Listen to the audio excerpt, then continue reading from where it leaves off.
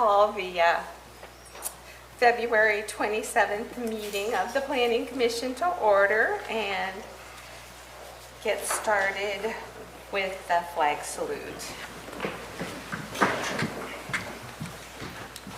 Pledge allegiance to the flag of the United States of America and to the republic for which it stands, one nation, under God, indivisible, with liberty and justice for all.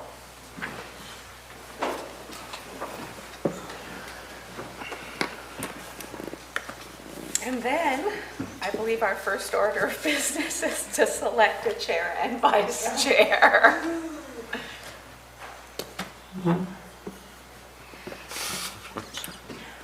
I think that the chairperson has been doing a fine job, and I will continue to do so. Is anyone else interested?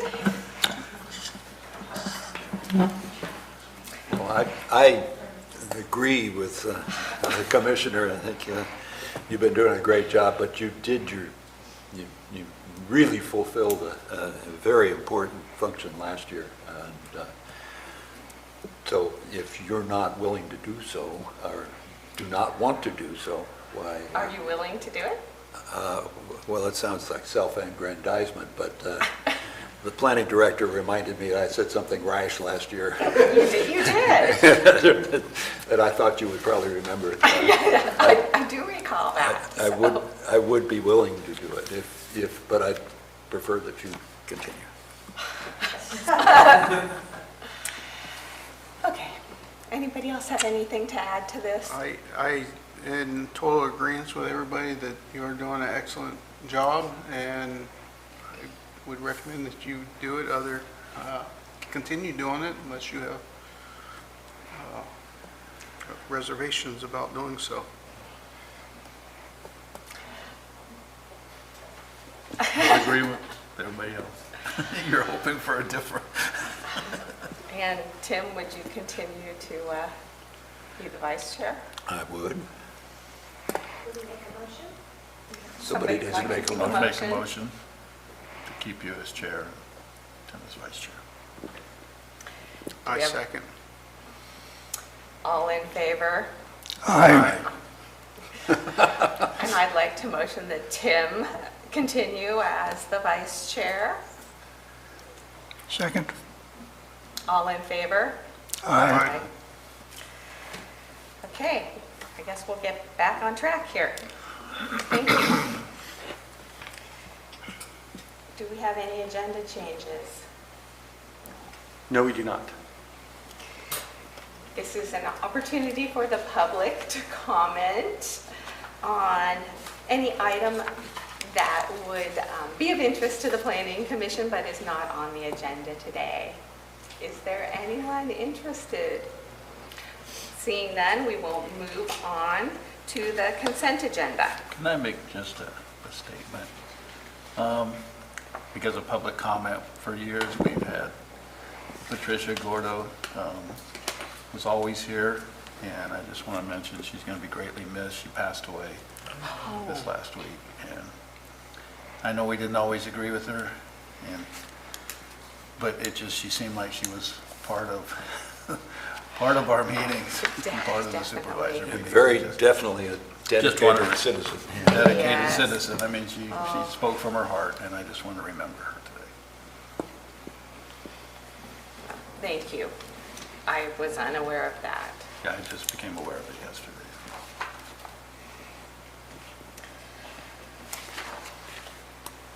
Now we'll move on to the consent agenda.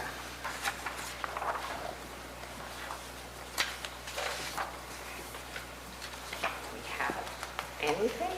The minutes, I don't see any minutes. January 23rd. Yeah, there they are. Got them.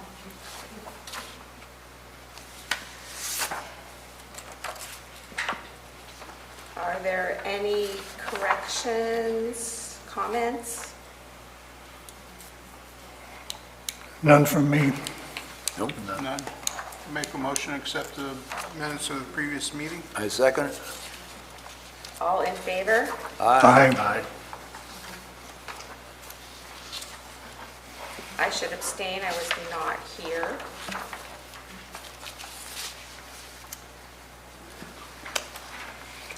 And we will move on to the regular agenda, item 2019-084, Plan Development Permit for A&R Signs Incorporated.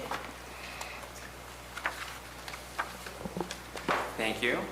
As you said, this is a plan development permit for A&R Signs. The project in question is located at 2011 Highway 4 in Arnold, on the northeast corner of the intersection of Highway 4 and Country Club Drive. The permit is to construct a 7-foot 9-inch tall monument sign for Meadowmount Lodge. The parcel in question is Zone C2 PD, which is General Commercial Plan Development. The proposed sign is permitted in the C2 zone. However, the PD combining zone requires that a more detailed county review and encourages the focus on aesthetics and quality of the project. Because this project is not just a change in copy, but an entirely new sign altogether, a PD permit is required. To approve a PD permit, the performance standards must be met. These standards cover the design and aesthetics, landscaping, refuse storage, screening, standards specific to signs, mechanical and rooftop devices, and access and parking. These performance standards shall apply to all construction within the plan development combining district for which the permit is required. The only construction proposed for this project is for the sign itself, so many of these standards simply do not apply. First off, the addition of the sign includes no need for any additional refuse storage. Screening also does not apply because the sign needs to be seen by its very nature. The sign is not a rooftop or mechanical device, nor does it require any to be added. And finally, the lodge is already meeting the code's parking requirements of 1 parking space for each unit plus 2. The project is not adding any room, so the parking needs are not changing.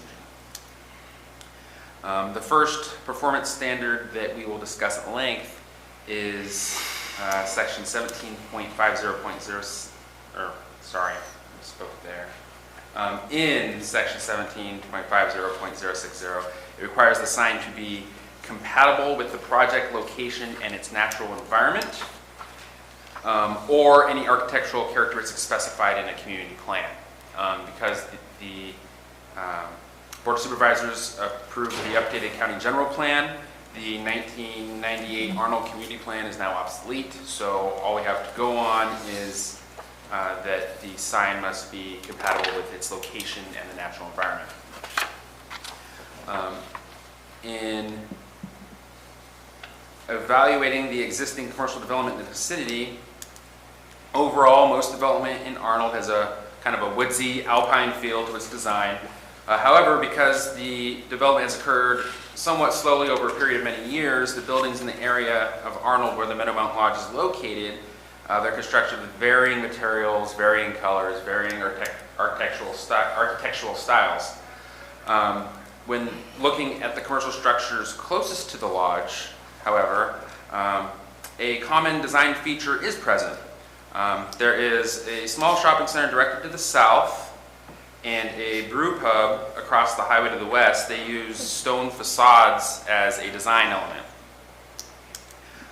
The lodge itself and the base of the current sign also have stone. The proposed sign is utilizing stone to aesthetically tie it to the existing lodge as well as adjacent commercial structures. And as the stonework on the base of the sign ties it to the local architectural styles found in the immediate vicinity, the sign itself is compatible with the natural environment. The previous sign for the lodge was wooden, as are many other signs in the area, and the brown color and pattern of the proposed sign is designed to mimic wood and blend with local forest. This design choice will allow the sign to better conform to the natural environment. Another performance standard in the PD combining zone is landscaping. Commercial development in The PD zone is required to include 10% of the gross disturbed area to be planted in landscaping, with a maximum effort being made to retain all trees over 12 inches in diameter. The proposed sign occupies a footprint of 10.5 square feet, which would require just over 1 square foot of landscaping to, The site currently has existing commercial landscaping, natural vegetation, including many mature evergreen trees, which combines to equal approximately 30% of the total area of the parcel, which far exceeds this 10% requirement. Removal of existing vegetation is not being proposed, and due to the large amount of existing landscaping on the site, we're not requiring an additional 1 foot of landscaping to be planted. As for requirements specific to signs, all signs in the plan development zone are required to comply with the county sign code found in chapter 17.72. For on-site signs, sign area for single businesses located on a parcel with no other businesses shall not exceed 1 square foot of sign area for each linear foot of structure frontage. The sign cannot block ingress or egress or access, and no animated or blinking signs are allowed without a conditional use permit.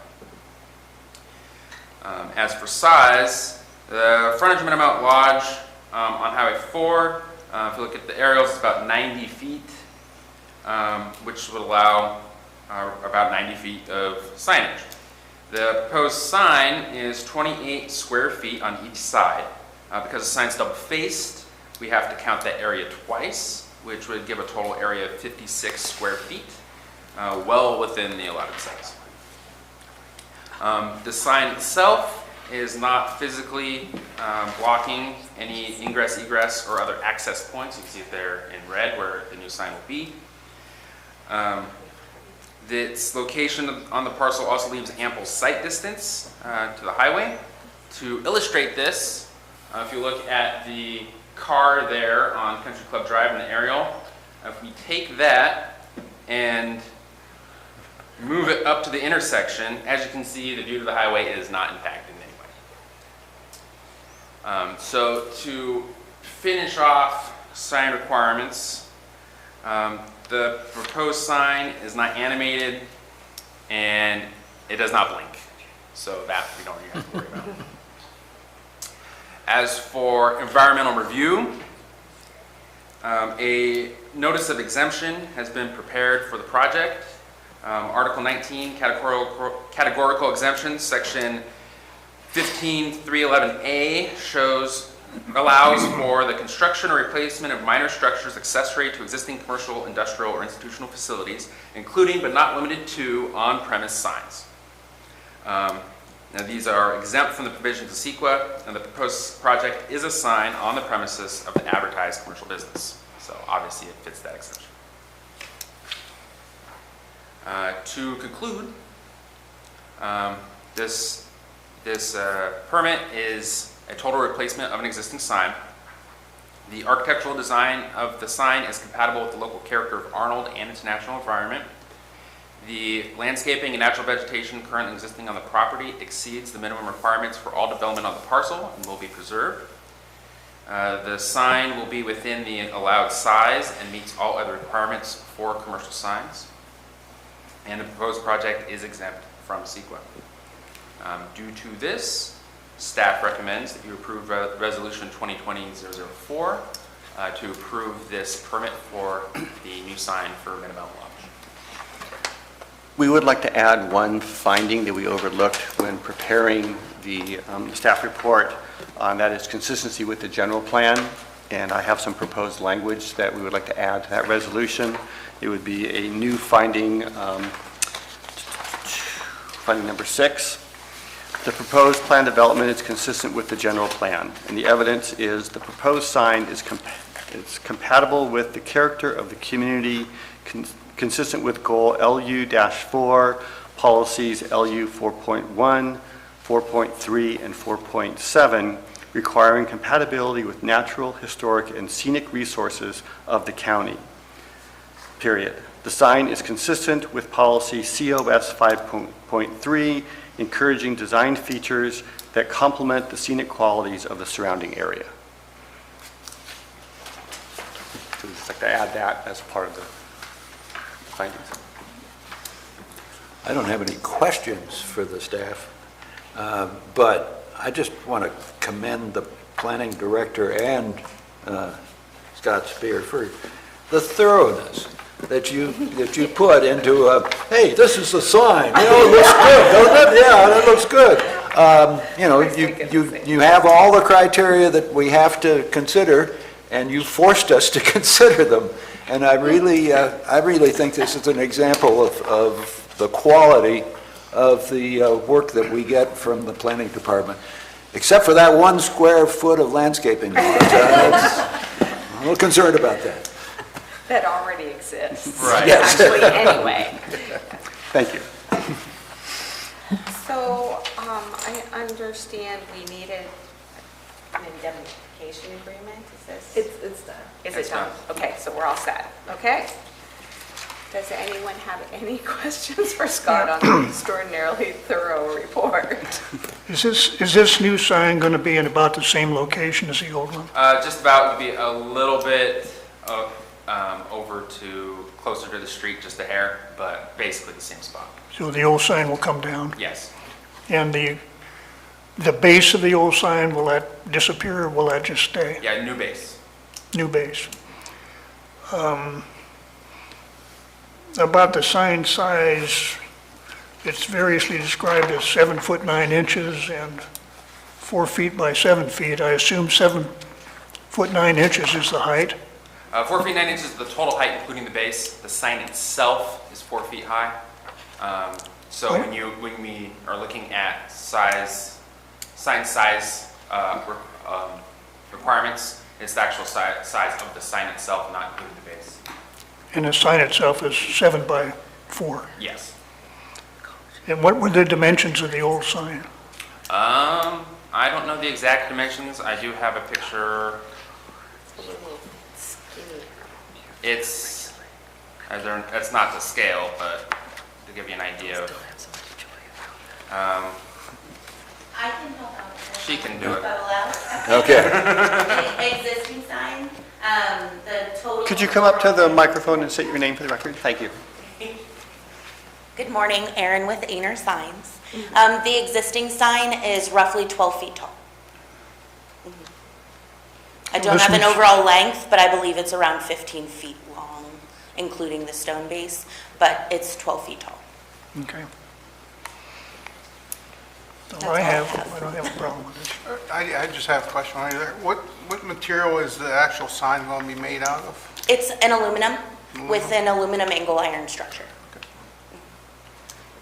And the exterior, I know the image doesn't really do it justice, but to get the true natural effect, it's actually a patina. So it's not painted, it's not a faux vinyl that's going to start to degrade.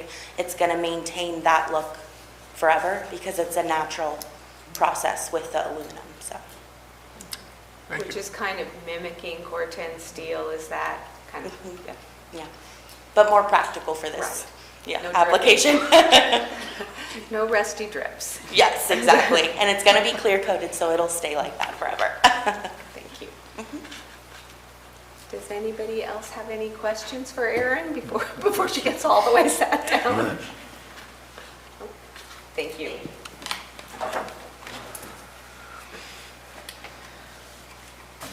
Would the applicant like to say anything else? Approve our signs, please. Thank you. Are we ready to hear the recommendation? Yes. Yes. Thank you. Okay, staff recommends that you approve resolution 2020-004 for the design of a new sign on Minimum Lodge as amended. So moved. I second that. All in favor? Aye. Any opposed? Passes 5-0.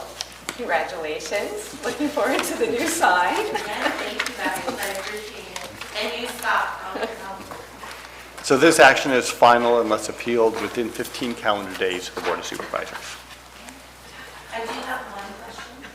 Will we now be able to submit to building and finalize the permit process?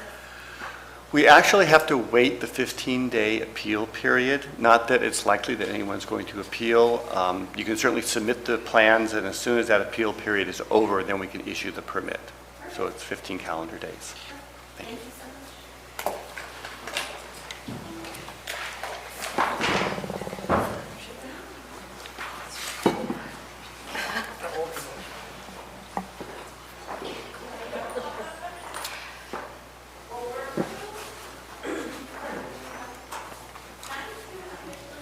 And Madeline is going to lead us on our next item, 2019-077 zoning amendment for Richard DeCarmi? Ducharme, Ducharme.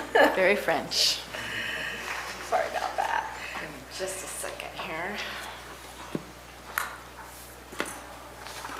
The applicant's son, Evan, is on his way. He's just got stuck in traffic this morning. I believe he was traveling from the Bay Area.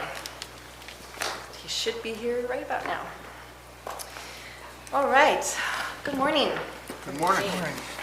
Madeline Flandreau, Planner 2. This morning I'm presenting the zoning amendment 2019-077 for Richard Ducharme. The applicant is requesting approval of a zoning amendment from rural residential with a 20-acre minimum to residential agriculture with a 20-acre minimum. And it is for a parcel that is 34.23 acres in size. The subject parcel is APN 021-004078, which is highlighted on the map here, which is located at 6640 Railroad Flat Road in Mountain Ranch. This is the county aerial image from 2018. I believe it's February 2018. The parcel, you need to sort of excuse the stretch. I don't know if you can see the fence line where this point in comes in, but the red line is actually covering the, covering the residence. There's a single family residence, and then the area that is cleared is the former commercial cannabis cultivation site. The purpose of the rezone is for the applicant to continue to use the land for commercial cannabis cultivation under the new regulatory ordinance, as the RR zone is not included as an allowed zone classification under the new ordinance. A little background on this parcel. This is parcel map 899 from 1979, which subdivided an 80-acre parcel into 4 parcels, 2 5-acre parcels, which are the smaller ones on the right-hand side, one 41.88-acre parcel, which is parcel A on the left, and the subject parcel, which is identified as parcel B, which is 34.23 acres. This parcel map was approved concurrently with a zoning amendment, which rezoned the parcels from unclassified to RR5 for the 2 small parcels and RR20 for the 2 largers. The parcel is designated by the general plan as working lands. This designation identifies lands suitable for agricultural and forestry practices on parcels with a density of 20 to 40 acres per lot, and includes lands with a combination of residential and home-based businesses. These lands allow the continuation of small-scale resource production and other rural home-based business operations that are compatible with rural residential development. The RR zone is intended to provide lands for personal ranches, in which residential use is the primary land use, and is established to permit small-scale farming primarily for personal use and not as the primary use for the property. Whereas the RA is a resource zone, which is intended to be a district in which equal emphasis is assigned to residential and agricultural uses, and is to provide lands for small-scale and personal-scale farming and ranching, as well as larger residential parcels. Both RR and RA are compatible zoning classifications in the working lands designation. Therefore, the request to rezone the property is consistent with the land use designation. The subject parcel being 34 acres meets the minimum parcel size requirements of 5 acres in the RA zone as well. General Plan Goal LU2 is to provide a land use pattern that allows those who own, operate, or manage the productive resources in the county to maintain open space, wildlife habitat, agricultural lands, mineral resources, and forests. Utilizing a parcel productively helps maintain the open space. Therefore, encouraging larger parcels to have agricultural uses allows more opportunity for the owners to use and maintain the land. This project is also consistent with General Plan Policy LU 3.6, which adhering to the density, land use intensity, and water and sewage disposal standards as set forth in the land use element. Another goal of the General Plan LU 5 is for the county to have a strong and diversified economic base through the creation, retention, expansion, and attraction of business, agriculture, and industry. Rezoning to RA, which is a resource zone, gives the ability for the parcel to be more economically viable than one with an RR zone, which provides little economic benefit to the county due to its limited uses. This area of Mountain Ranch is primarily classified as U, which is depicted here in light blue. The county is in the process of reviewing all the parcels classified as U, which is an interim zone, in order to rezone them to a classification which is consistent with the 2019 general plan. The surrounding parcels here in lime green are working lands, and light blue is rural transition B. And I went ahead and made this figure where I identified the acreage of the parcel so you could kind of get a sense. The surrounding U zone parcels will likely be rezoned to a mix of A1, RR, and RA. And I want to just clarify, the area where you see the dark pink line to the left and to the upper right corner of the screen, that's basically encompasses the entire U zone. There are also the parcels in red. There's one RC, and then on the left-hand side you can see the ag preserve. Everything else is zoned unclassified except for, of course, the RR20 and the RR5s, which are part of the original 80 acres. The parcels designated as working lands in the lime green are larger parcels, 20 acres or greater, and they are proposed to be rezoned to A1. The parcels designated as rural transition B, which are 10 acres or greater, are proposed to be rezoned to RA, and the parcels less than 10 acres in size are proposed to be rezoned to RR. Therefore, the zoning amendment will not conflict with the future surrounding zoning classifications. I also wanted to discuss Chapter 1795 as the applicant is interested in applying for a permit to continue to cultivate. The Board of Supervisors adopted a new ordinance on October 22nd, 2019, regulating the cultivation of cannabis, which will allow commercial cultivation on parcels of 20 acres or more, which are zoned U, RA, A1, AP, and GF. The number of cultivation permit applications that will be accepted by the county is limited to the number of growers who previously registered under the urgency ordinance program, had not withdrawn the registration or had it denied, and had either received a state license or had a state license application submitted and in process before being halted when the previous countywide ban went into effect. The applicant meets all this criteria, and the parcel meets the acreage requirement of the ordinance, besides the zoning, of course. Section 1795010B states it is also the purpose and intent of this chapter to develop reasonable regulations to prevent commercial cannabis cultivation in higher density residential zones, to minimize its impact on residents, but also to provide those state-compliant commercial medical cannabis cultivators who complied with the May 10th, 2016 version of this chapter an opportunity to apply for commercial cannabis cultivation permit under this current chapter, and, if necessary, to either apply for compatible zoning designations for their parcels, relocate available parcels with compatible zoning, relocate to available parcels with compatible zoning, or transfer their permit or right to apply for their permit to another qualified person or entity with an eligible and compliant site. The applicant has chosen to try to remain at the current site in Mountain Ranch instead of relocating and establishing a new cultivation site, which is, therefore lessening impacts.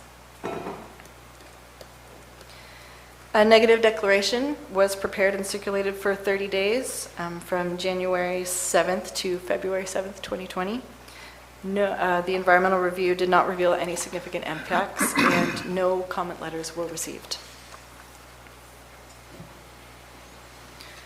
So to conclude, the proposal is to rezone from RR20 to RA20. The RA zone is consistent with the general plan land use designation.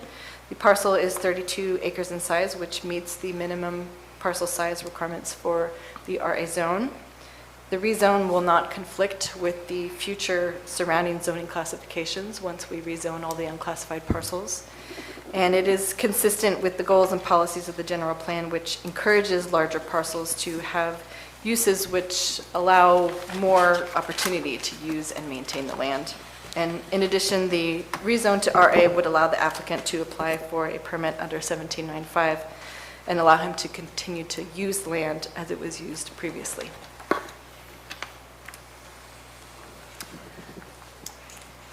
And Evan Ducharme is here, right on time, if you have any questions for him. Does anybody have any questions for Madeline? Yes. The two parcels to the southeast of this parcel are zoned RR, is that right? To the southeast. The two 5-acre parcels that were originally part of the Yeah. yes. And then the two parcels directly to the east, I think you just pointed out, are 5 acres, so they will be rezoned RR. Yes. So Yes. people can obviously build on those RR parcels. Sorry, say that one more time. People can build on those RR Build, parcels. yes, absolutely. And what's the allowed density on an RR? Half acre? Half acre. Except that with this land use designation, it's a 5-acre minimum. Yes, thank you. 5 acre minimum? Yeah. The staff report says that the zoning amendment is necessary in order for the applicant to continue to use the existing site for cultivation. Is cannabis being cultivated there now? No. But it was before. Yes. Probably reactivate would have been a better word than Yeah. continue. That's what I thought when I read it.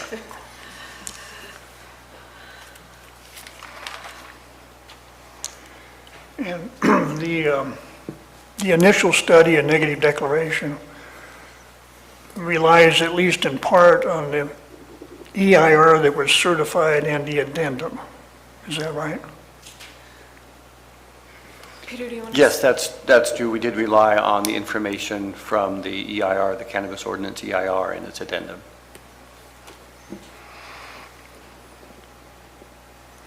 Although we are not looking at cannabis at all here, we are looking only at the zone change. So it's only the environmental effect of the zone change. Well, we have to look at what are the potential uses that could occur as a result of this zone change. And the primary difference is the ability to cultivate cannabis. That cultivation would need to then meet all of the requirements of 1795 and all the mitigation measures identified in the EIR for an individual cultivation site.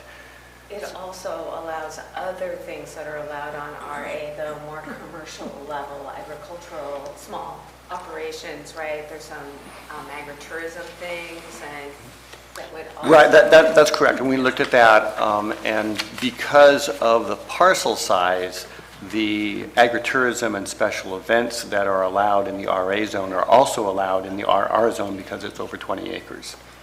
that is the only significant. That's really the only significant change. There's some minor, you could have a farm stand or something like that that wouldn't be allowed in the RR, but other than that, for the most part, the uses are identical.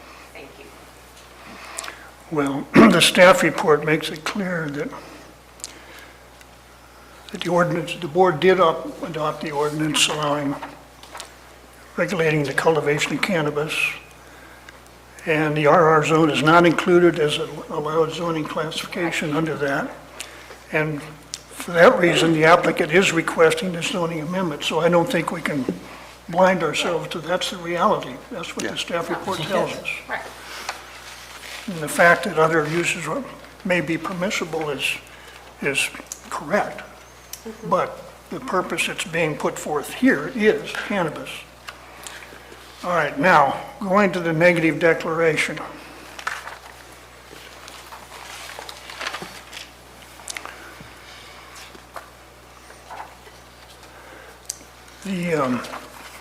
There's a section on air quality on page 11.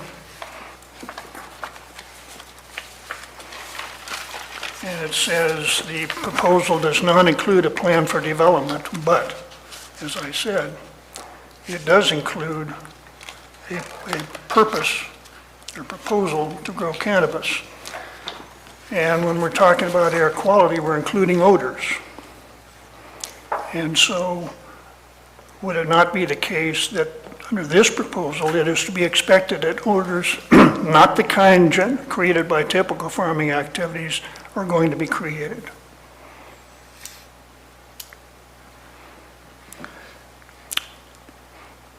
I would say that that's the case. And with respect to biological resources, there will have to be fencing around the cultivation site, as I understand the cannabis ordinance. Was there any study done to determine whether fencing here would interfere substantially with the movement of any wildlife species or with established wildlife corridors? And that comes up on page 12 of the initial study / negative declaration. I don't see one here. If there has been one, I'd like to know about it. So this is where we relied on the information in the EIR and the addendum for the cannabis ordinance that one found that there would be significant cumulative effects, and the board made statements of overriding consideration for the potential for odors. It was minimized by the parcel size, but they found that, or the EIR found that it could not be fully eliminated, and therefore it was considered significant and unavoidable. Same, and then with the fencing issue and the movement of wildlife, the finding was that it would be less than significant because of the small amount of area that would likely be fenced due to cannabis cultivation. On 1 acre of cultivation on 20 acres of property, that was not a significant impediment to wildlife movement. Well, the EIR itself, at the time it was done, the maximum cultivation area permitted on a parcel was 22,000 square feet. And that got up to on 2 acres. Yeah. And now it's an up to acre 1 acre. on 20. And that was addressed in the addendum. Okay, with respect to noise, the initial study / negative declaration on page 21 says sound from any ag operations subject to chapter 14.02 of the county code is exempt from the county's noise ordinance. That's on page 21.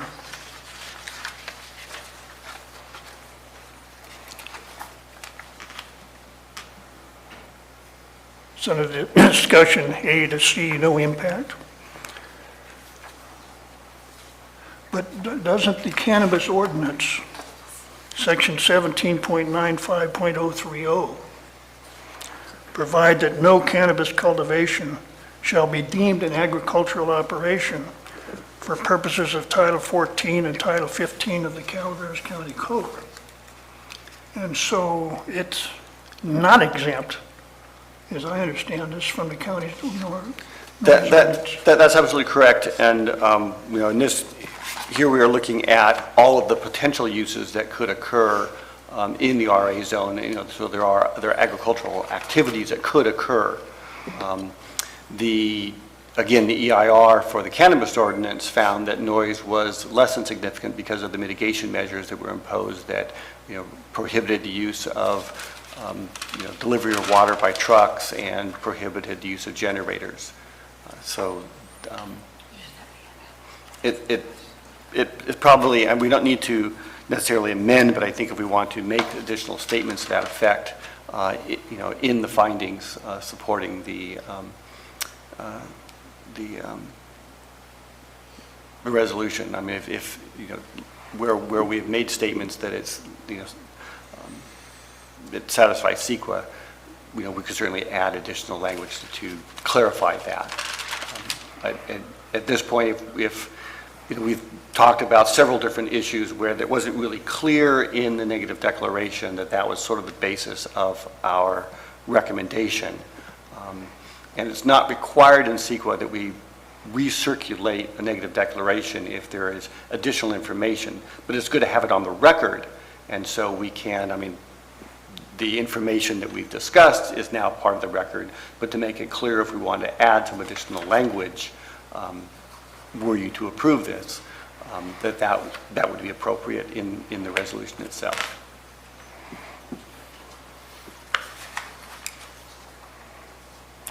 Okay, that's my comments and questions on this particular initial study and negative declaration.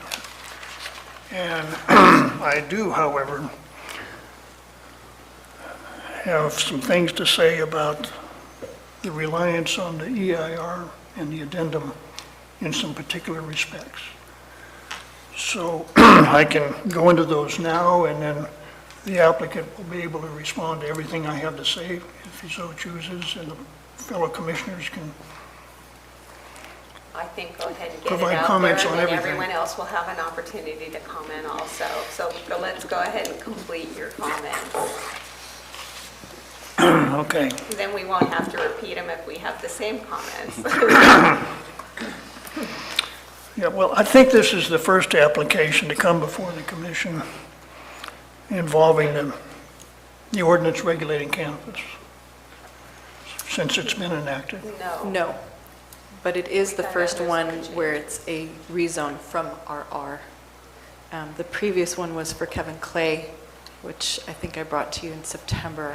You're right And about he that. had 4 40-acre unclassified parcels that he rezoned to A1. He also had additional agricultural uses that he was proposing. Yes. Goats. I remember that one, he never proposed. He didn't propose cannabis, though. No, that was not proposed on that. It was for raising goats and sheep. No, it was for the continuation of the cannabis cultivation not as in well it. as an apple orchard. Because I brought that up and I was told, no, that was for goats and sheep. And There was one with the ordinance hadn't goats passed yet. also on the property now. and No. He was also doing. That was Ifatu's rezone for, that was the Paloma Farms. That was a different, yes. And he stated, yes, that applicant stated that he did not intend to use the parcel for cannabis cultivation. But the last one I brought before you was for Kevin Clay.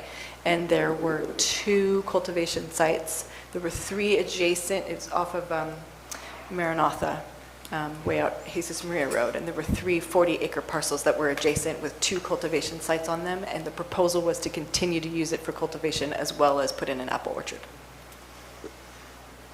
But this is the first rezone, isn't it? This is the first rezone from RR. Okay. His parcels were unclassified. But you can grow cannabis on an unclassified, Yes, and he so it didn't matter. did not want to wait for us to rezone the parcels for him. He Kevin Clay applied for his rezone prior to the adoption of the new regulatory ordinance, and he was concerned that unclassified was going to be omitted in the final document. And he also wanted to start establishing an apple orchard, so he wanted to come before us and apply for the rezone himself.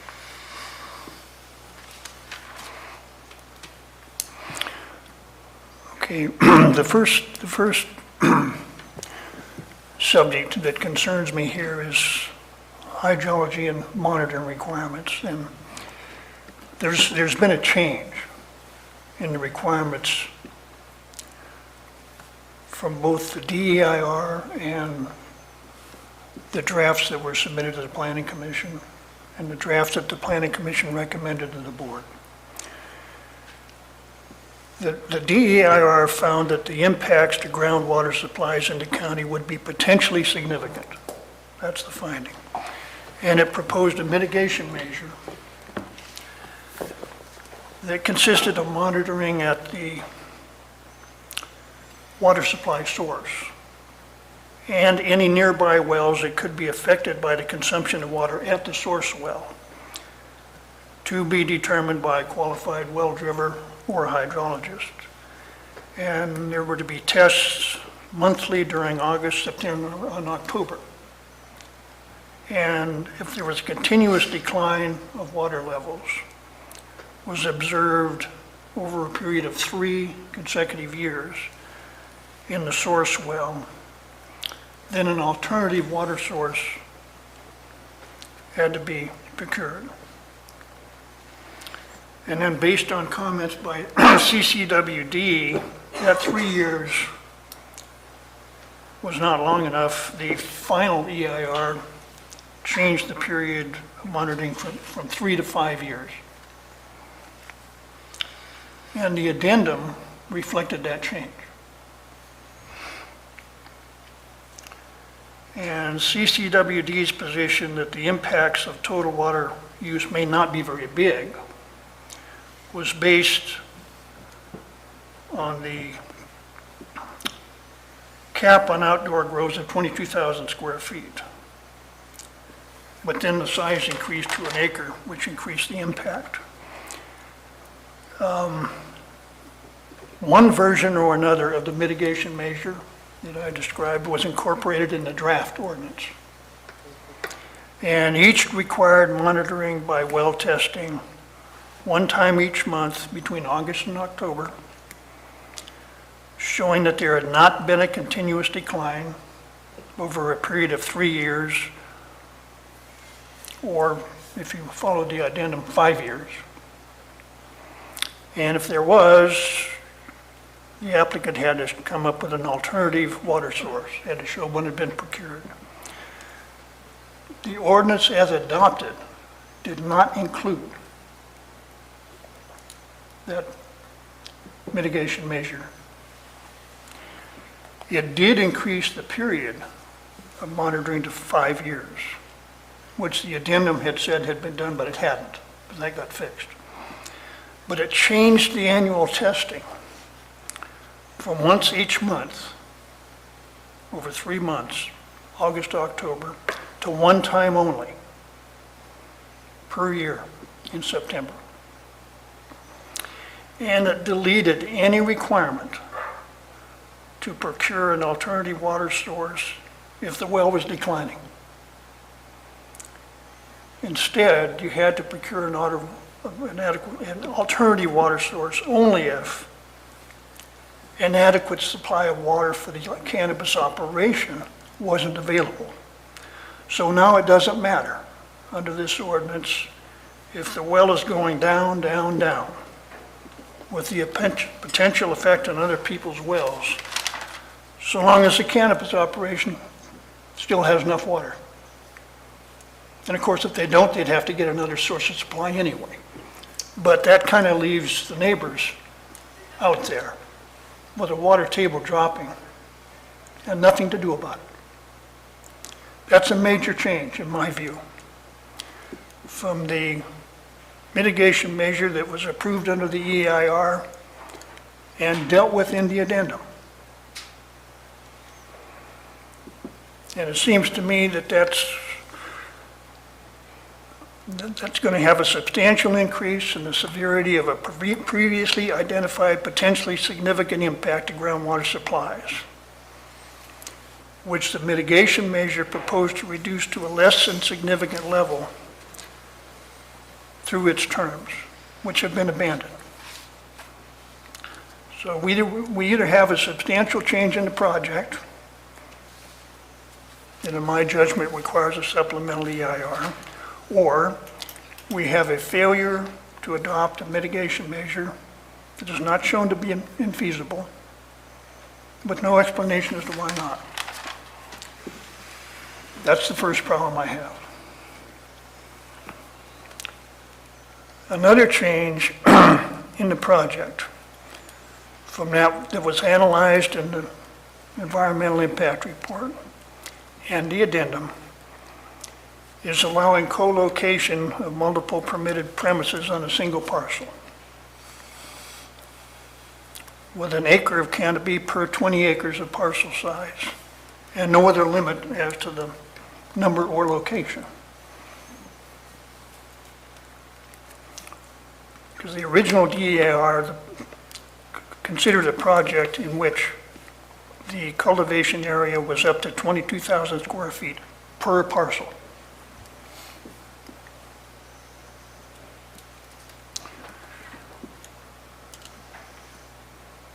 Now that change would seem to increase the potential significant environmental effects that were already increased by allowing outdoor cultivation up to an acre of canopy as compared to 22,000 square feet that was specified in the original project and analyzed in the environmental impact report.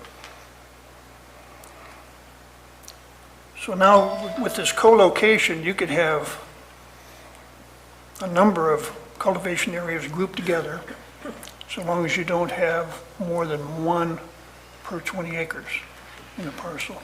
100-acre parcel, you could have 5 cultivation areas, and they can be anywhere the cultivators want to have them. That's a change. I think a substantial change. And it has the environmental effects on at least these matters, on noise. The draft environmental impact report commented that given that the planning area would not exceed 22,000 square feet, use of large tractors is not anticipated. Now it's an acre, twice as much, and those could be concentrated in several acres.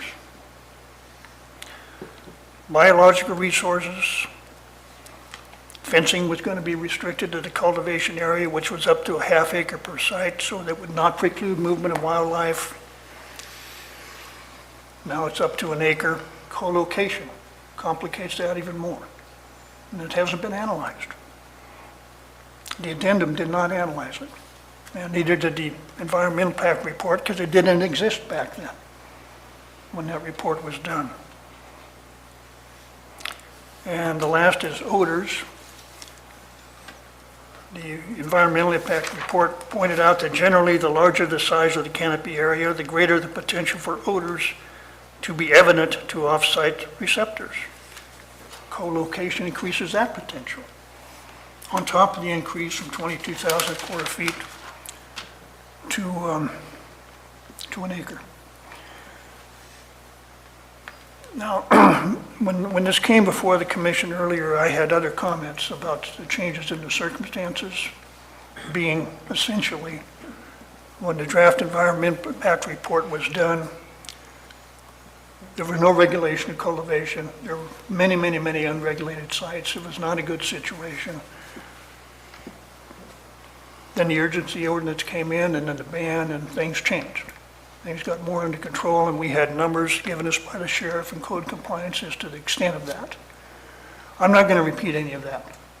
I've said it all before, but it still stands, and that's because of what I've just said. I have problems approving this environmental document. I'm done. Okay. For the moment. Next. It states here that this is in an area of the county known for having moderate groundwater potential, and I'm not sure what moderate means.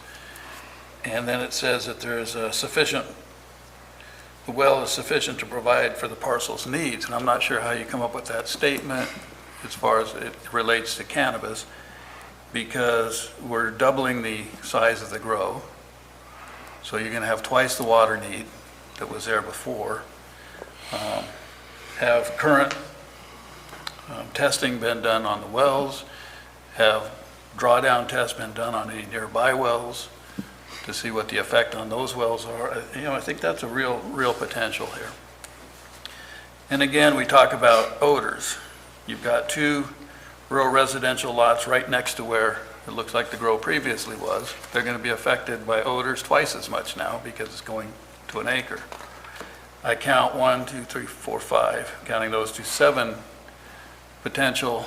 We got 5 more potential rural residential lots that are going to be right next to this property. These are all going to be affected by odors. I know where I live, we had grows, half a mile away to 3/4 mile away from us, and we were affected by the smell. That's going to be a definite impact on these RR. And that was one of the reasons why we didn't want this in residential, anything with an R on it. Originally, that's what we fought for, was nothing with an R. And obviously that got changed, and I just don't think this is an appropriate spot for a cannabis grow with all these other rural residential lots around it. And the potential, when you're only saying we have a moderate groundwater potential, I'd feel much more comfortable if you said we have, a great groundwater potential here. So I think that because of that, I can't support this change in zoning. I think it should stay RR.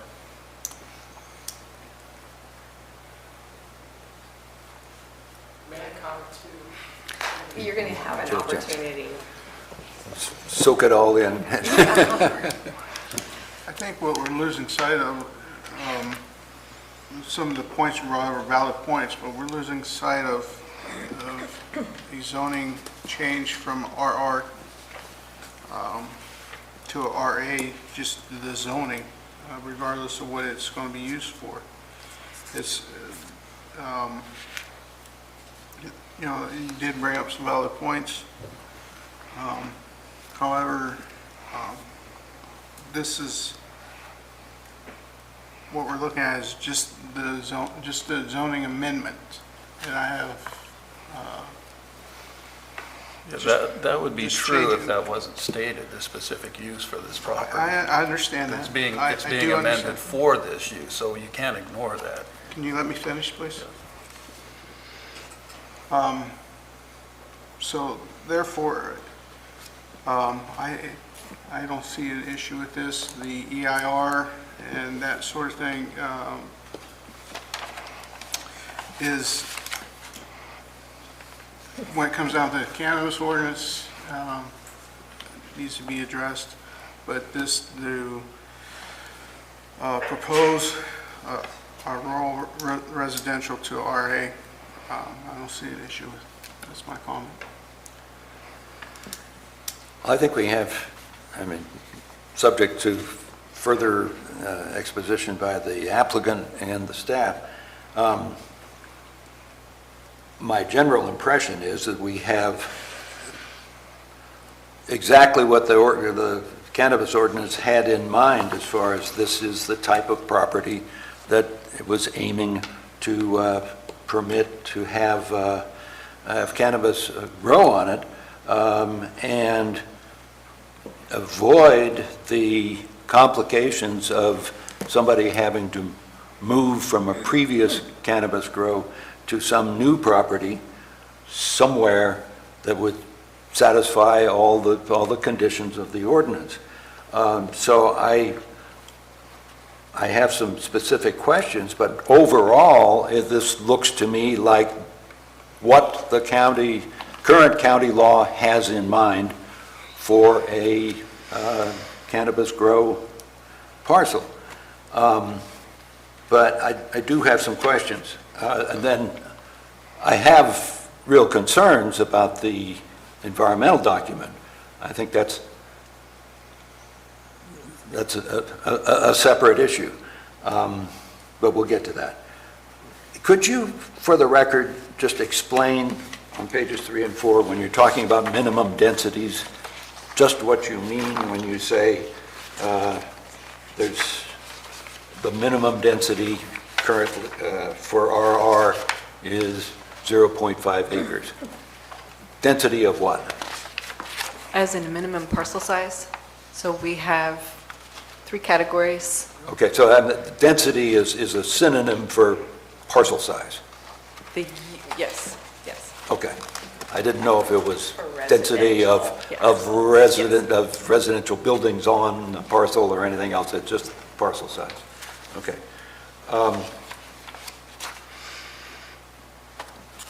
Then I also had the question on page 5 about the well is currently sufficient to provide for the parcel's needs. The way that's phrased, that's the current usage of the parcel, which does not include cultivation of marijuana. Is that correct? I guess I should say cannabis, keep this elevated. In my mind, it was both, because that was the well that was previously used. I believe there's a domestic well for the home and an ag well for the... And we built the well the year prior to the ban, so it's a new well. It's a new well. So, yeah, you could clarify that when we get to it. On page 11 of the negative declaration,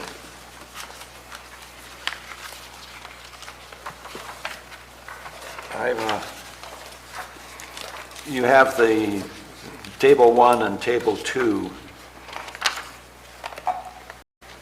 and then in the paragraph below those tables, you have a sentence that about the middle of the paragraph, considering the analyzed project at 150 vehicle trips per day fell so far below the thresholds, it is estimated that the uses in the RA zone will likewise not exceed the established thresholds.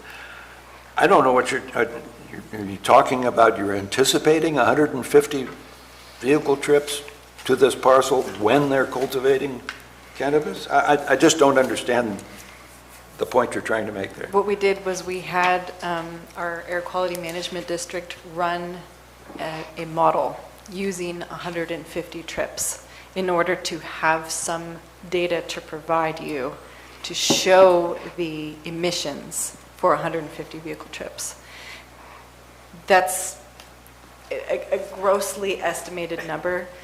It's just what we had handy to show you that there's no way that a cultivation site could ever exceed 150 vehicle trips per day. It's just that's the data that we had on hand from the Air Quality Management District. It's really hard for us to take an individual cultivation site and come up with data to plug into this model to estimate what the emissions would be for a specific proposed site. So if I could expand on that a little bit. When we have a larger project, a subdivision or an industrial use, you typically would put, there's a model exercise we go through to calculate the various air quality or air pollutant components. And it's based primarily on vehicle trips per day. And so say if you have, 100 unit subdivision at 7 to 10 trips a day, that's, you do the math, and then that's plugged into this model. If you have an industrial use that has certain kinds of, what's the term? Pollutants that emit emissions, was what I was looking for, then that also is plugged in. How many pounds of certain chemicals are used, what's the, all of the activity associated with the various equipment that's being used in that operation. And so we use that as sort of a baseline. We have a threshold that's been established through the Air Quality Management District. And we said, okay, well, we know the numbers for 150 trips a day. That's been run before. So we use that as sort of a comparison to us would be proposed with this, and, the number of trips, would be maybe 1/10 of that amount. And what we're saying is that, because 150 trips is well below the threshold Now, of can you explain significance. threshold? I mean, again, are we looking at this parcel? We're looking at, generally, if you emit certain amount of tons of reactive organic gases or nitrous oxides, that there's a level that's been established that says if you emit this level, this threshold, you are now a significant impact. If you're below that, it's less than significant. Okay, and so this table 2 is showing if you had 150 trips, this is what you would Yes. generate. But where do we have, where's the? We the did minimum? not run the model for this For this specific product. one. What we're No. saying is, in comparison to 150 trips, which the vehicle trips generated by a cannabis farm Yeah. or an agricultural activity on 32 acres would be much less than 150 trips a day. And because 150 trips is less than the threshold, or would generate emissions less than the threshold, And where do we therefore- have the threshold in this document? that's table 1.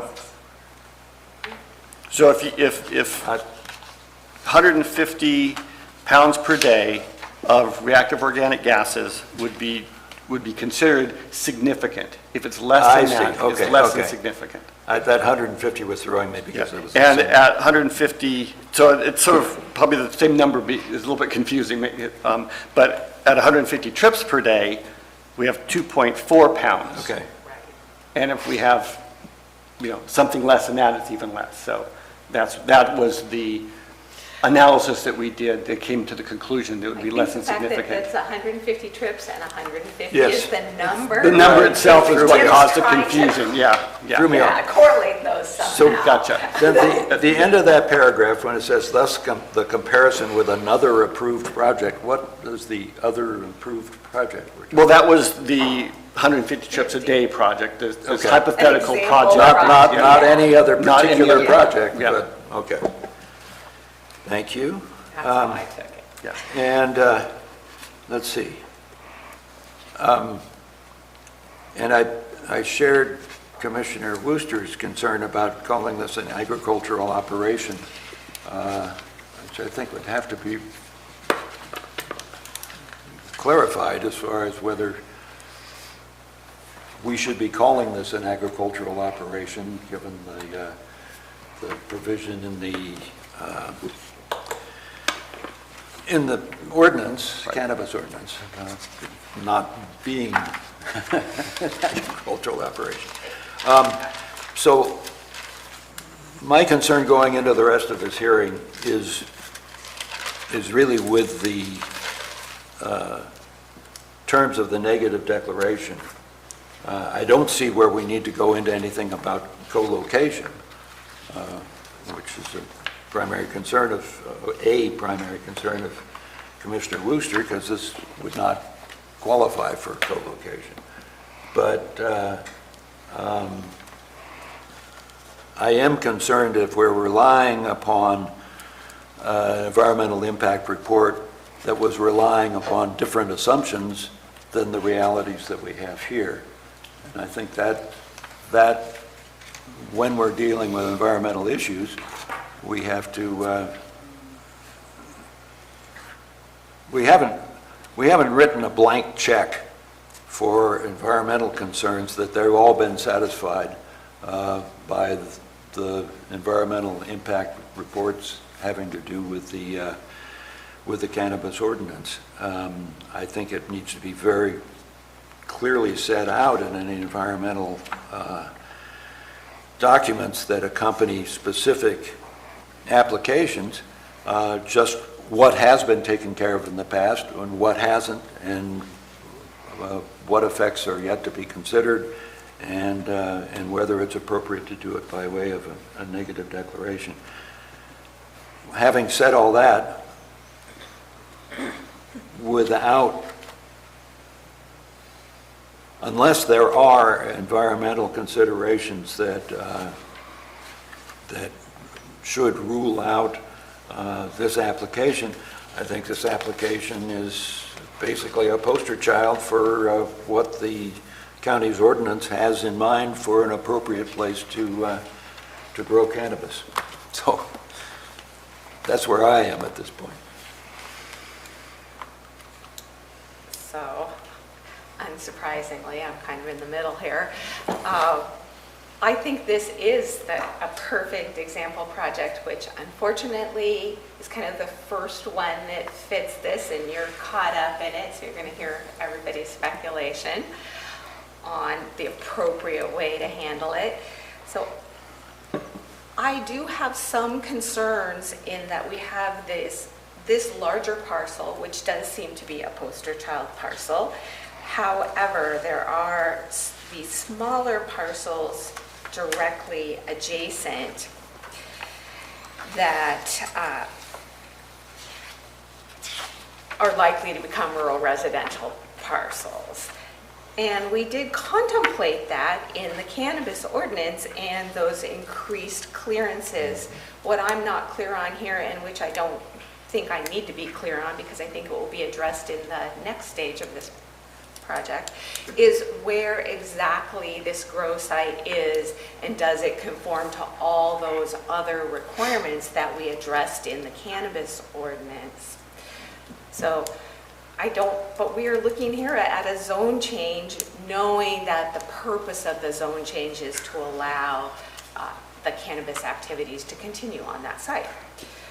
So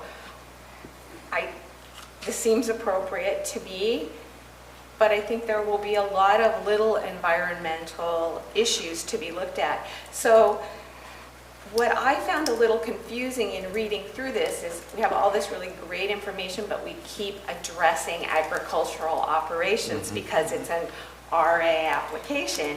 However, we've been really clear that cannabis is not a traditional agricultural operation, and it just seems like to me that we need to find the way to make that clear in our reports. And I'm not criticizing because it's just hard. It's a confusing issue because it's agricultural on one side, but we're not supposed to construe it as agricultural. So that's my biggest concern, is making it really clear that nothing that we could do today in approving a zone change would necessarily ensure that the ultimate application for cannabis operations will be approved, because it could still have other challenges, associated with any of those issues. I would like to hear from the applicant, just a little background and reassure us. So, are you guys ready to hear? Yes. Come on up. How's everybody doing? So let me give a little bit of background about the property. My father and myself bought the ranch in 2016 with the purposes of having a retirement home, as well as having the farm there with the urgency ordinance that was going into place. We operated there for 2 years. Going into the ban with 0 infractions. Minimized all of our environmental impact with the property, trying to utilize as much of the landscape that was already there when we came in. This was just after the Butte fire, so there was some clearing that had to take place, obviously. But in the 2 years that we operated there, we've never had a complaint from any of the neighbors. To kind of touch on some of the comments that were made, we don't have any direct neighbors. All the small lots that you see on there were all burned down if there was a home on there. I am the only home within all the surrounding lots that you see there. So that is, I know that there was some concern with the 5-acre lots. In the 4 years that we've been there, nothing has ever been rebuilt there. And the people that I do know, the property owners around those, have never complained. I'm in good relations with all of them. I apologize, I'm a little nervous here. I hate kind of talking public speaking. But no, we never had any issues through that whole time period. Kind of furthering some of the points that were brought up, we have no intent to extend to 40,000 or 44,000. We're not going to do the full acre. We're keeping the exact same footprint that we had. So there shouldn't be an additional increase in usage from our well that we originally had in there. It will be the same use that we had prior to the ban. as well as there was also a comment on smell. As far as I know, smell is always going to be something that's an issue with the cannabis side. But for the 2 years of operations that we were there, we've never had any neighbors or any complaints that were ever formally filed or informally mentioned to us for the property as well. What were some other comments that I noticed? So you have existing wells on the property? Yeah, I do. So we came in there, and the owner that had originally built the property were second owners on the property. The well that they had in there was sufficient for the home, but it wasn't going to be sufficient for the whole operation, so I had a new well put in. That well, it was more than ample water usage for what we used for the 2 years that we were there. We never had any water issues as far as pressure dropping down, as far as anything on our end that we ever saw. I know countywide, I know there was a lot of usage that took place. But kind of where we're at in our perspective is I kind of have two options right now. Is either A, I operate with our farm if we're able to rezone, which to us from a financial standpoint, I invested a lot into the property that we're at. It's extremely difficult for me to move and start over at another place. But from just an environmental impact position, for me to take my right of taking my license because we're in good standing and move to somewhere else, I'm going to have to clear, build a new well, build a whole new property versus operating on the exact footprint that I already had going on with no violations, with no issues with the county prior. I was one of the first to actually move forward with the urgency ordinance and with getting licensing with the county and with the state when they originally did it. We've always been tried to be a poster child for the county as far as what we see being a good, legal, well-operated cannabis facility. That's still our goal, and really the only thing that prevents us from being able to do so and move forward with our licensing is this zoning. All of the new regulations in the ordinance, we meet all the requirements, the setbacks, everything that needs to take place, fencing, 100% of that is already done. This is literally the only hurdle we have to get through. And my alternative otherwise is I'll still be able to grow, but I'm going to have to do it somewhere else, which means is that the investment that I've put in, I'm going to eat a lot of money on that, and I'm going to have a much greater impact on the environment having to rebuild somewhere else in addition to that. So to me, this is financially the much more sound option, as well as from a county perspective and the impact perspective, it's a much more sound option for the county. So do you have 22,000 square feet fenced now? Yes, ma'am. Yeah, the entire garden is already built out to the urgency ordinance, but we've already started addressing some of the things like the setback changes. So 100% of the garden is already set up to the new regulations. Just to make clear, that you are where the fencing is now. If you cultivated within that fencing, it would satisfy the setback. That is correct. Requirements of it. That is correct. You are a poster child. We tried to make it as easy as possible. When we initially built everything, we built it out with the assumption that this was a long-term investment. Unfortunately, the ban put us in a vicarious position, but the saving grace to that is everything is already turnkey ready to go to meet the requirements of the county. The only curveball that we got thrown was obviously the RR to RA that we need to change. As I'm sure her presentation went into more than enough detail, everything surrounding us would qualify us for being zoned properly. The 96 general order that zoned it as RR was under completely different assumptions than where we are today. And the new zoning that's going to take place is putting us unclassified all around us would again lend to us being able to move our zoning to the RA standing. So You have 2 wells now, a domestic? one of the wells is no longer operational. I just utilized a new Okay. well. Yes, ma'am. And you live on the property? I do. I own, so my father and myself own the property. I currently live in Santa Cruz for the last 2 years. I've had to find work elsewhere until I could operate the farm again. But we continued to pay the mortgage and didn't sell it with the assumption that we could come back and recoup on some of our investment and move back to the area. So Did you have an outdoor grow before? I did. Would you propose to increase the size of the grow to an acre or somewhere between 22,000 square feet and an acre? In our particular, there's a lot of undulation to the land where we're at. For me to expand the footprint of the garden to the acre would be not conducive to the lay of the land. I'm a north-facing hill, so to expand upon my footprint would require a lot of further grading and things of that nature, which wouldn't necessarily be conducive to us. If there was any expansion that would take place potentially down the line, it would potentially be with another property and expanding somewhere where there is already an existing property with the requirements. But at this point, I just want to take it one step at a time. We only want to worry about our 22,000 and the property we have there. I've put all of my personal finances with my father into investing in this property as a long-term investment. My only hope to recoup that is to get it operational again and be able to use the property as we intended it to be used.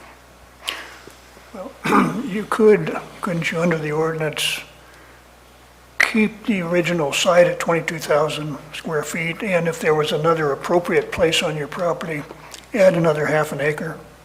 No, well,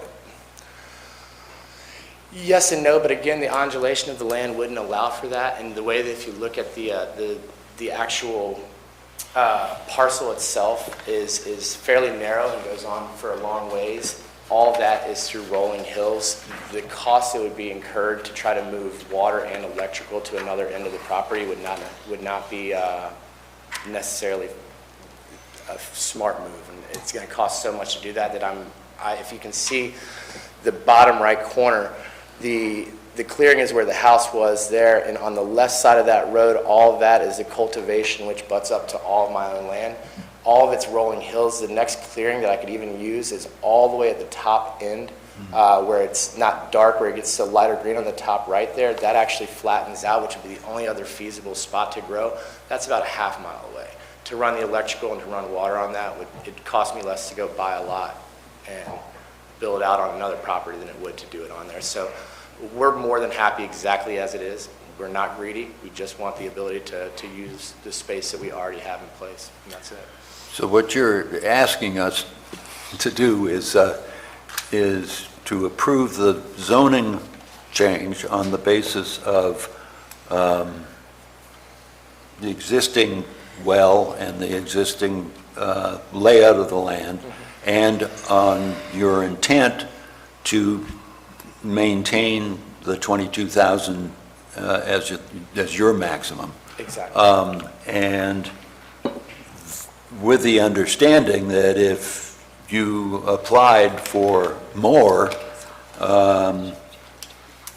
for an expansion under a license application, you would be subject to all the additional, any additional environmental requirements that would come into play. 100%. For us, we understand that if we want to expand on it, we're restarting a lot of the stuff that we already did through the application process. For us, it makes it very easy for me to use the exact same model that I had before to operate now. If I want to try to expand on the footprint, try to clear, now all of a sudden I'm adding all new permits. Now I have to restart on doing the environmental impact for the water quality control board. There's so many steps that are going to be involved and so many incurred costs that are going to be involved. It makes zero sense for me to change a dang thing right now until we can establish our business and get money coming in. And at that point, then we can reevaluate down the line if we want to expand the business out and how and what we would do to do that. But that's not even on our radar. Any further questions? No. Thank you very much. Thank you. So this would be an opportunity for the public to make comments, but I don't see anyone here, just in case anyone's out there in the lobby waiting. We'll bring it back to the commissioners, further discussion, and any further questions for Madeline or Peter. Well, I think we should be considering this on the basis of what is currently before us and what the assurances we have from the applicant. Because if it turns out that you have a complete change of personality and ambition and et cetera, and you want to do a lot more, that's going to be subject to county review at that time for the environmental impacts that might have upon it. So I am still very favorably inclined toward this particular application for rezoning, but I do think that we need some clarification in the environmental document as to just what is being relied upon and how does that apply to the current actual facts on the ground. Because I think we do have an obligation to make sure that the particular application has just what environmental impacts this particular application would have.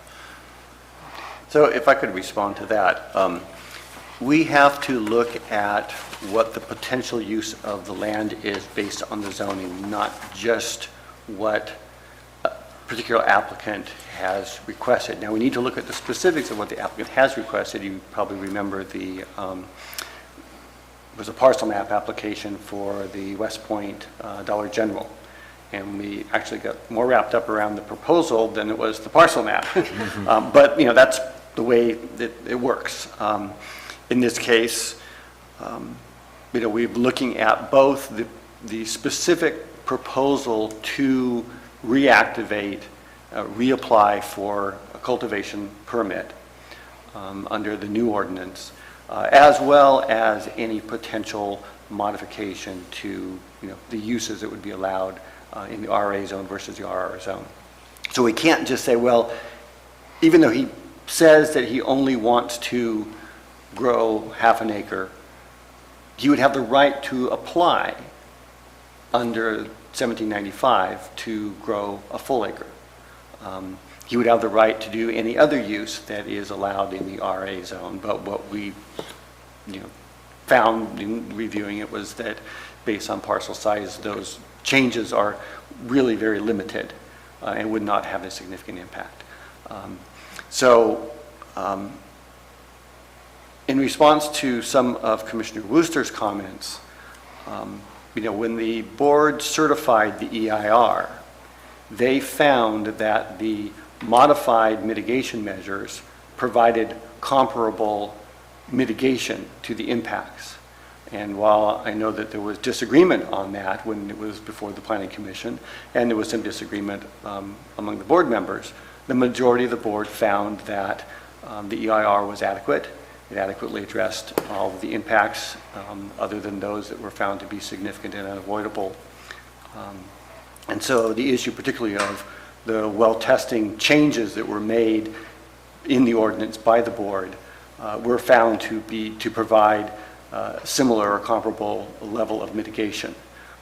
You know, that's under litigation. We had a court hearing 2 weeks ago, and you know, the board rejected a proposal to put a preliminary injunction against the county. The judge found that there was you know, relatively small chance for the plaintiffs to prevail in that case, but it's still not, you know, it's not over. But it's, you know, the finding of the board was that the mitigation measures that were imposed and the conditions, the requirements of the ordinance satisfied those requirements. And I don't think that this is the venue to re-argue, you know, the adequacy of the EIR. That has been found to be adequate, at least by the board at this point in time. So the question then is whether or not we have adequately describe the effect of this project in light of the certified EIR and our negative declaration. I think that there could be some additional discussion added that more closely relates this proposal to the findings of the EIR and the mitigation measures. If that would make the commission more comfortable, we can maybe continue this item and provide some additional documentation to support that. You know, if that's an option before you today. We could also, you know, if I heard 3 board members that were apparently willing to recommend to the board to approve this, if you felt that the you know, discussion was adequate, you could certainly take an action today to move it forward to the board. But it's really up to you how comfortable you feel on, you know, that the environmental document is sufficient to address the potential impact of this zoning amendment and the relying on the provisions of the ordinance and the measures that were incorporated, and mitigation measures from the EIR that were incorporated in that ordinance. I think your statement is extremely clear. And I think this environmental document could benefit from that sort of clarification as to what's really before us and what the county has approved going forward. So I would appreciate, and especially since this is the first application we've had of this sort, a clarification within the environmental document as to just upon what are you relying and why is that reliance appropriate. Your statement has made me feel much more comfortable, but that's not on in the documentary record yet. That's my own feeling. Okay. The findings that are part of the ordinance don't address the change with respect to the well monitoring, and they don't address co-location. And is there some other document that does? The findings of this, in this resolution? No, the findings in the ordinance, the cannabis regulation 17.95 has a set of findings in section 3 that are part of the ordinance. Are those the... There was also the findings of fact document that was adopted by the Board of Supervisors in addition to the ordinance findings. It was a 75-page document that looked at, it wasn't part of what the Planning Commission reviewed. It was provided to the board after the board declared their intent to adopt the ordinance and to certify the EIR. Typically, it's sort of the last document prepared that says, based on the direction of the board, here is the factual basis for that. So there was a separate document that was adopted by the board that addressed the changes to the mitigation measures and the factual basis for finding that, this impact was mitigated or not mitigated, what the overriding considerations were. And that was something that the board adopted when they took their final action. Okay. And was there a hearing in which there was evidence taken to support those findings? Yes. Before the board? Before the board, yes.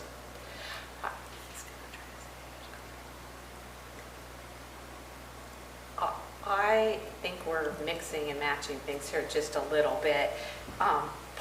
And maybe all of us need a little bit of an education on where the cannabis ordinance ended up, because we all remember all the things we discussed at length, sometimes at great length. But I think that the ultimate issue before us today is we're relying on the environmental document that the board adopted, not the environmental document that we discussed. And so that's what's before us today. We don't need to get into whether we personally agree with any of the modifications they made or didn't make. So my biggest concern here is really just that we be really clear that while we know the proposed use for this piece of property, and we know what ultimately could be allowed by the zone change, so we need to look at both of those things, what's been stated, but what could happen in the future, because there's nothing that would stop anybody other than just the practicality of this parcel, and we do need to take that into consideration. Would it even be practical for something else to happen here? But we're really looking only at those items, and the guts, the details of the cannabis ordinance will be applied when it comes when he applies for that permit. So that's a different level of scrutiny on the actual project. For compliance, I probably wandered a little bit there, but so I am comfortable with moving forward with it, but I'm also interested in us coming up with sort of a template for the future when we address these on the kinds of things that we want to see in the resolution and the negative declaration or mitigated negative declaration, whatever we end up with. So that's my concern. I don't want to hold up the applicant. I don't know what everybody else is going to say here, but I feel like it behooves us to settle on a way to handle these in the future, so that we don't end up doing this each time. And I think a way of doing that is to really come up with a template environmental document that makes clear exactly where we are and what the document is relying upon, and therefore what we should be relying upon. I certainly don't think that this document, for this case, needs to have anything to do with co-location. I don't understand why it's even being discussed today. Because potentially somebody could come forward. On this property, 20 acres, there can be no co-location. It's 30 some odd acres. 32, yeah. Yeah. But the minimum for co-location is what? Was it 100 acres? 40. 40. Yeah. Okay, so Right, so today, you're right on this particular. today it's not before us. So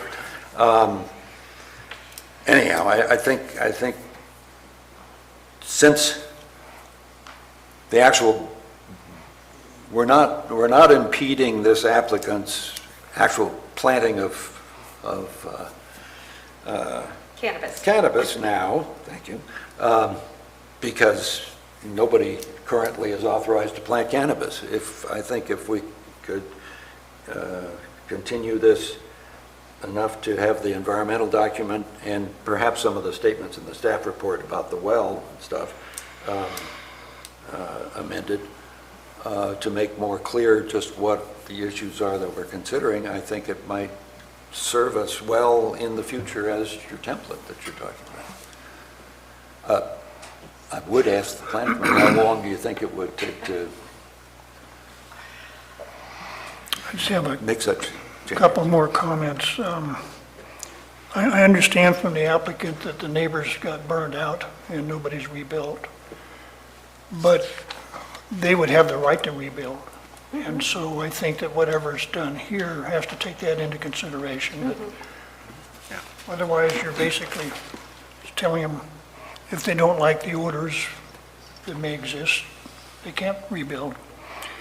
And I'm still concerned about the underlying environmental documents, because the only actual environmental document that I know of is the draft environmental impact report and the final and the addendum.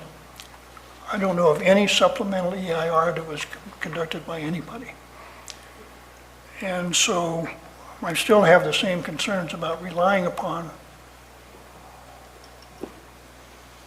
those existing environmental documents for the reasons that I've stated. However, that issue is behind us because the board has chosen to adopt their version of those environmental documents in support of the ordinance, which of course is still being litigated. But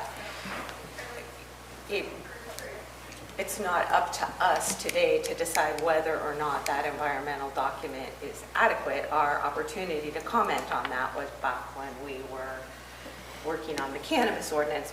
Whether we agree with the changes made or not made or what came out of all of that, it's still the applicants today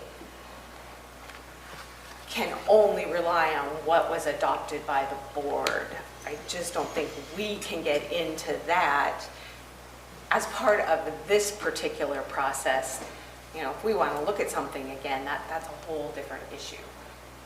And I think whether the board wants the planning commission to be trying to further amend that document is a different question. It's possible something will come back to us at some point, but right now, we have to work with the document that was adopted, regardless of our opinion of it. Well, the commission is being asked to approve the initial study and negative declaration.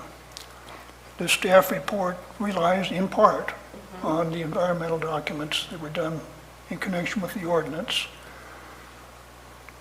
I think, at least I have an obligation to use my best judgment on whether I think that's adequate.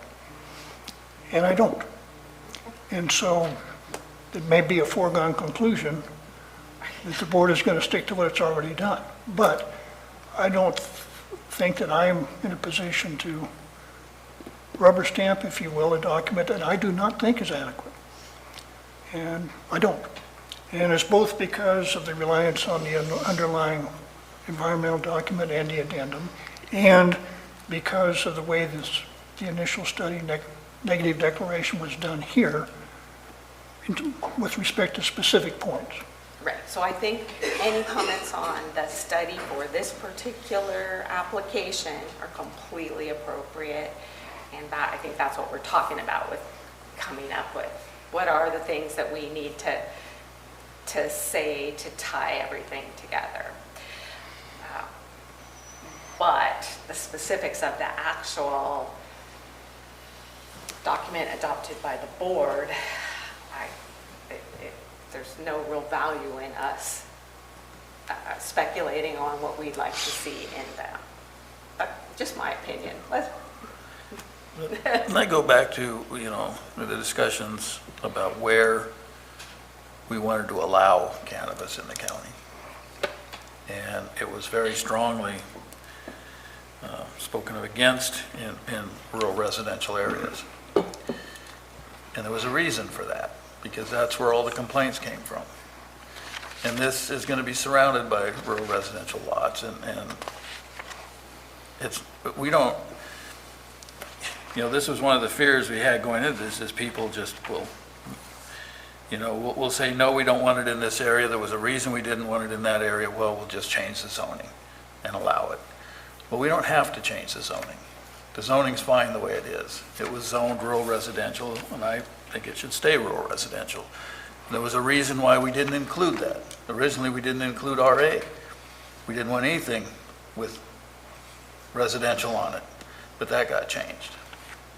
And this is exactly the problem why we didn't want that, is because now we're seeing it happen. It's going to come before us. We're going to keep wanting to change these and allow it in areas where it's going to continue the problems that we had before. The reason we looked and went over the whole regulation so heavily, and the reason that comes up is because it says here on the first page that the applicant has expressed a desire to continue the use of the land for commercial cannabis. That is part of what we're considering. That's in the in the conclusion, that they're considering this for commercial cannabis. They want to change it for that reason. So I have to go back to, there was a lot of reason why we had the discussion of not allowing it in these areas. And so now we're going, well, let's just throw that all out, because we'll just change the zoning and put it where it's going to cause problems, when that was what we were trying to avoid to begin with. So I just can't see changing this and creating a situation where we're going to have, again, the same problems. And this is, like you said, like a test case. Believe me, more are going to come. We're going to have other properties that are going to be next to rural residential areas. And so we're going to set a precedent now that we're just going to go ahead and rubber stamp all these going forward, and saying, because you want to grow cannabis, you get to grow it. Your neighbors, too bad. They're just going to have to smell it. I just can't go there myself. I'm sorry. I'll have to vote against this. Well, you look at where this property is. I mean, actually, it's not very far from my home, but I'm 5.5 miles away. This is rural Calaveras County. I'm not sure how many other RA parcels there would be in this county that would be more appropriate for a cannabis cultivation. We have an established plot of land that we understand the owner is planning on using and has fencing that complies with the current ordinance, cannabis ordinance. I think, you know, if it's commendable that the applicant is very forthright in saying, I'm going to grow cannabis here. That's why I want this change. There's been criticism of people that come before us and say, well, I'm doing this for some other reasons, and then there was a vote against that person because there was an implied intent to grow cannabis. Here we have a clear situation where the applicant is being perfectly above board, and I think in its appropriate property, if any property is appropriate to grow cannabis, this probably is one of the most appropriate, and I think it's what the Board of Supervisors had in mind when they provided the current ordinance. So I really have no problem with the rezoning, except I would like to have the environmental document be clearer so we could have a very clear understanding on the record of what the environmental considerations are that we're passing this request on. Brett, do you have something to say? Yes, I do, thank you. When I got this packet, I looked at it, went over it, and before I even got past the project description, I knew what this was about and why it was being requested to be rezoned. And the way I looked at it is this within the ordinance, the commercial cannabis ordinance? Yes. Is this acceptable use for the RA zone? Yes.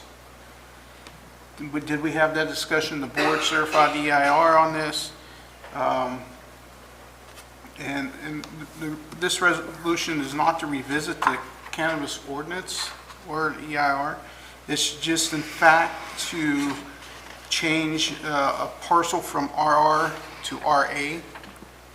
And that's how I looked at this. And it, you know, we can beat a dead horse, we can beat this thing to death over EIR, who believes what little portion of the EIR is not adequate or whatever.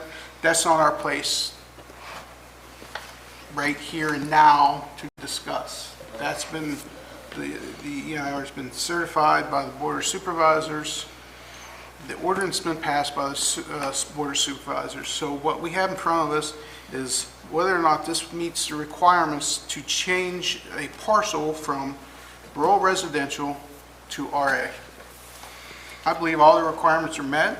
I don't see an issue with this, regardless if it is going to be used for cannabis, orchards, cattle.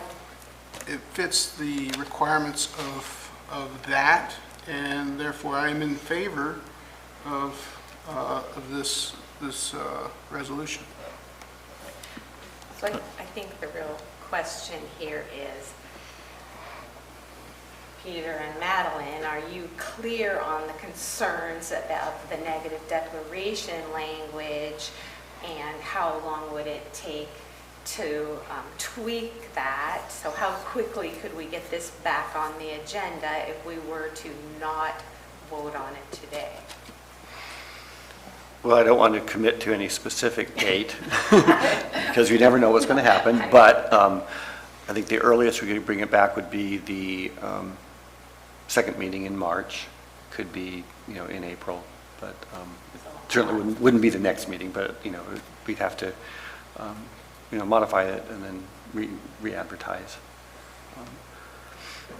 Would it help to amend the resolution, the first and second sections, to add language regarding reliance on the EIR of the ordinance, as well as in the second section discussing the requirements of Chapter 1795? I think that I would be hesitant to try to craft language on the fly here at the hearing, and as long as the applicant is willing to accept a continuance, like it doesn't really, but Yeah.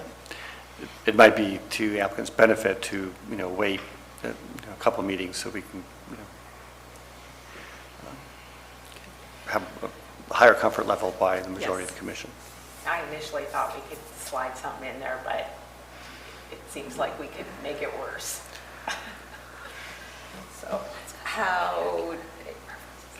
what did the commissioners feel is the appropriate action at this moment? I'd appreciate a clarification from the chair. I'm not sure if I'm supposed to wait until the other three, if they all, We're gonna every I'm going this question? way now. Okay. Because I'm trying to mix it up. I And then I'm going to try to go from the middle out. But, yeah. we're going to... No, I appreciate I'm that. starting here because you were concerned about the language. Well, I would ask the applicant is if a continuation of this matter until probably the second meeting in March and maybe the first meeting in April, how would that affect you? Completely being forthright, every month that goes by is costing me a lot of money, and even if I'm approved by you and then I get on the board of Could you come up to the microphone, Yeah. please? Thank you. Every month that goes by, I've already been paying a mortgage for 2 years with the property that I invested hundreds of thousands of dollars into something that I can't recoup and until we have that place operational. So we're already on the clock as far as we're concerned. Obviously, if for you guys to feel comfortable with the decision you have to make, any time that you need is obviously what you need to take. From my perspective, another month and a half is going to mean that my license is going to be pushed back another month and a half to actually receive the annual, which means that this year is likely completely done, because by the timeline of getting the annual and everything, it's probably going to push us into end of summer before I could even plant at that point. I'm on the clock right now to try to get our annual license by July to salvage off this season. That's given me about a 4-month period with the timeline I'm looking at. If we were to approve today, I would be on the docket next month for the Board of Supervisors, at which time, if we are approved at that point, I would be able to immediately move forward with the annual and get the good standing license. That would give me a 3-month window to be approved for the annual and complete any county. Once I start pushing beyond that, this season is pretty much lost for an outdoor season. So I'm on the clock right now to try to recoup this year. You can't proceed with any of that in parallel. You have to have your board of Everything. supervisors action. I can't take any steps further with the annual or with the county. Pre-application's been taken care of and we've done the preemptive things that we can do, but I cannot move forward with the actual county application nor the state application until the zoning is reapproved or is approved. So all that is on hold until this takes place. So even though a month or a couple weeks or a month may not seem like much, it could be the difference between us possibly salvaging a season off this year or having to wait till next year to have a season. So it does have a pretty substantial impact for me personally. Not that I want everybody to be comfortable. I don't want to rush a decision that could be, negative to the outcome for us. So obviously all the time is necessary, but it does have a pretty big impact on our business and our ability to move forward. Thank you. Well,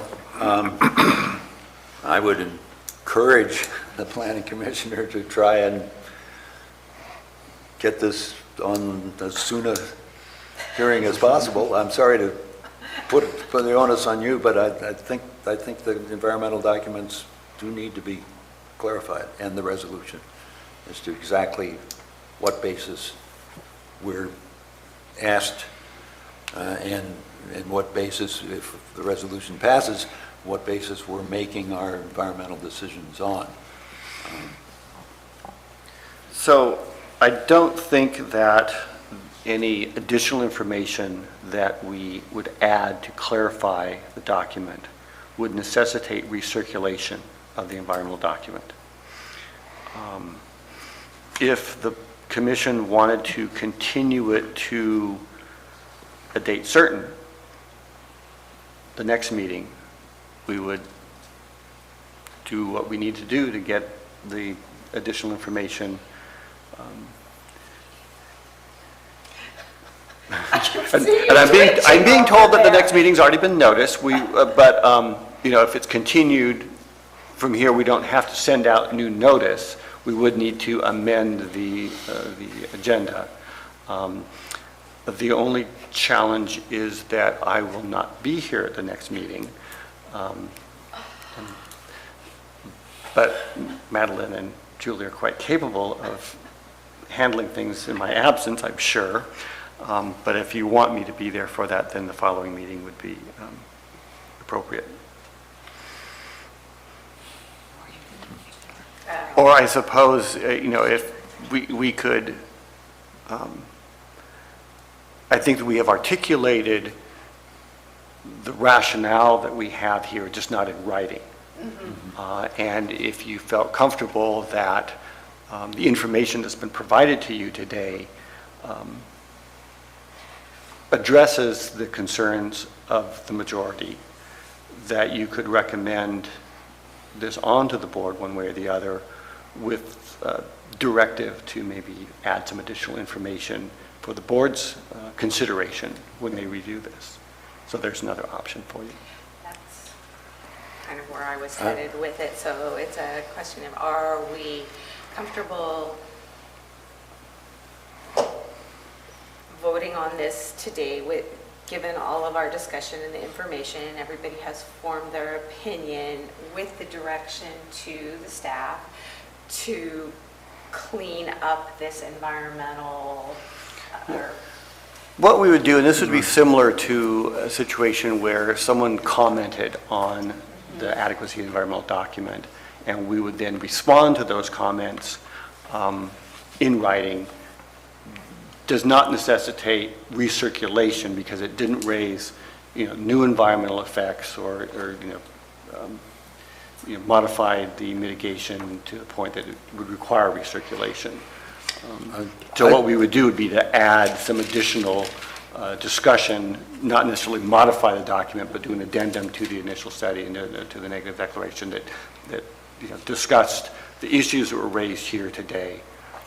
And if you were the final decision maker on this, I would say we wouldn't be able to take action, but your action is an advisory to the board, and so as part of that advice, you could say, well, why don't you add some additional clarification to the information for the board's consideration on how you came to those conclusions. But I personally feel I need additional clarification before I can pass it on. And so that's within your purview. That's really was the question. I would like to continue it to the next meeting and see what we come up with. I would like to get this onto the board as soon as possible. And I think, your statement was very clear, but I think we're passing upon what's before us, and I feel an obligation to make sure that the basis for my decision is in the documents before me. So I hate to put the pressure on the department to clarify things for me, but I think the applicant has made it very clear that time is not only money, but time is a season that is in jeopardy. So I would like to see something at the next meeting, and I'd like to continue it to the next meeting, if it's appropriate for a motion for that. Are we saying to the 12th of March? So the packets would need to go out tomorrow? Well, when the body of planning commission continues something to the next meeting, we don't have to recirculate the entire packet. We would just provide you the additional information, provide the applicant, provide the interested public. We would just do it as soon as we possibly can. Just making sure we all have enough time to prepare it and Yes. get it into your hands so you can review it. Yeah. So would someone like to motion to continue this item to the March 12th planning commission meeting. I make that motion, and with a comment that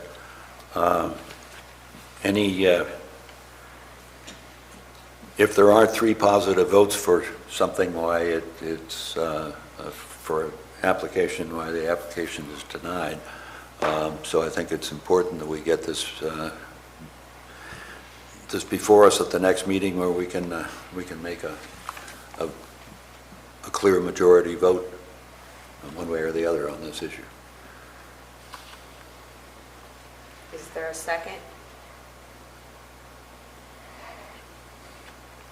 I'll second it. All in favor? Aye. Aye. Aye. Was that everybody? Nope, I oppose continuance, but Okay, so any opposed? aye. Yeah.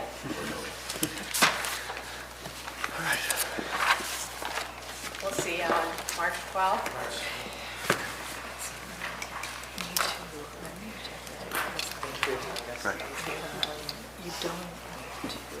Do we have any commissioner reports? Not for me. Nothing for me.